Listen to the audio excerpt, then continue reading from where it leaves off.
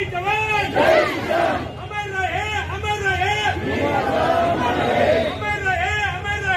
good.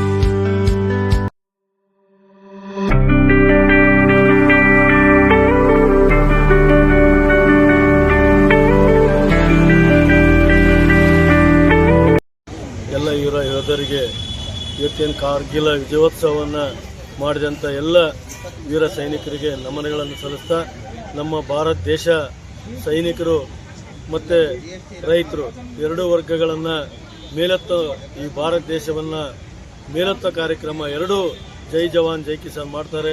ಅವರೆಲ್ಲರೂ ಕೂಡ ನಮ್ಮ ರೈತ ಸಂಘದ ಪರವಾಗಿ ಧನ್ಯವಾದಗಳನ್ನು ಹೇಳ್ತೀನಿ.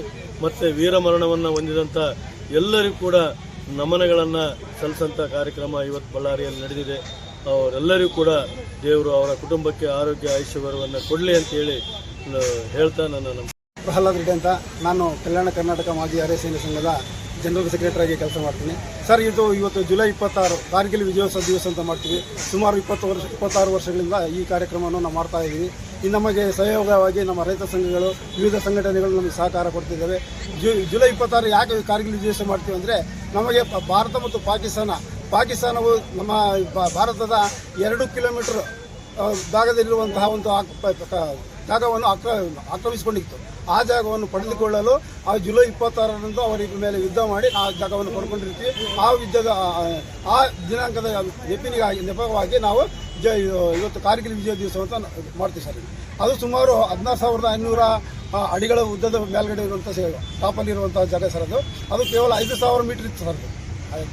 16,500 ಅಡಿ 5,000 ಮೀಟರ್ ಇತ್ತು. ಆ ಜಾಗವನ್ನು ಅವರು 2 ಕಿಲೋಮೀಟರ್ ದೂರದಲ್ಲಿರುವಂತಹ ಒಂದು ಜಾಗ ಸರ್. ಅದು 2 ಕಿಲೋಮೀಟರ್ ಇರುವಂಥ ಜಾಗವನ್ನು ಅವರು ಆಕ್ರಮಿಸಿಕೊಂಡಿದ್ರು, ನಮ್ಮ ಭಾರತದ ಜಾಗವನ್ನು. ಹಾಗೆಯೇ ಇವರು 8 ಕಿಲೋಮೀಟರ್ ಜಾಗವನ್ನು ಸಹ LOC ಜಾಗದಲ್ಲಿರುವಂಥ 8 ಕಿಲೋಮೀಟರ್ ಸಹ ಅವರು ಆಕ್ರಮಿಸಿಕೊಂಡಿದ್ರು. ಇದನ್ನೆಲ್ಲ ನಾವು ಭಾರತದ ಸೈನಿಕರು ನಾವು ಪಡೆದುಕೊಳ್ಳಬೇಕಂತಲೇ ಇವಾಗ ಇವತ್ತು ದಿವಸ ಜುಲೈ 26ರಂದು ನಾವು ಆ ಜಾಗವನ್ನು ಪಡ್ಕೊಂಡಿದ್ದೀವಿ. ನಮಗೆ ಈಗ ಪಡ್ಕೊಂಡಂತಹ ದಿವಸ ಸಂದರ್ಭಕ್ಕೋಸ್ಕರ ನಾವು ಈ ದಿವಸ ಆಚರಿಸ್ತೀವಿ ಸರ್. ಬಳ್ಳಾರಿಯಲ್ಲಿ ಎಷ್ಟು ಜನ ಸೈನಿಕರು, ಮಾಜಿ ಸೈನಿಕರಿದ್ದಾರೆ ಸರ್? ಸರ್, ನಾವು 300 ಜನ ಇದ್ದೀವಿ ಸರ್. 300 ಜನ ಇದ್ದೀವಿ ಸರ್. ಸರ್ಕಾರದಿಂದ ಏನಾದರೂ ಸೌಲಭ್ಯಗಳು ನಿಮಗೆ ಬರ್ತಿದೆ ಸರ್?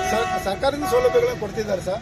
ಅವನ್ನ ಹಂತವಾಗಿ ನಮ್ಮ ಸರ್ಕಾರವನ್ನು ನಮ್ಮ ಬೇಡಿಕೆಗಳನ್ನು ಈಡೇರಿಸಲು ನೋಡ್ತಾ ಇದೆ.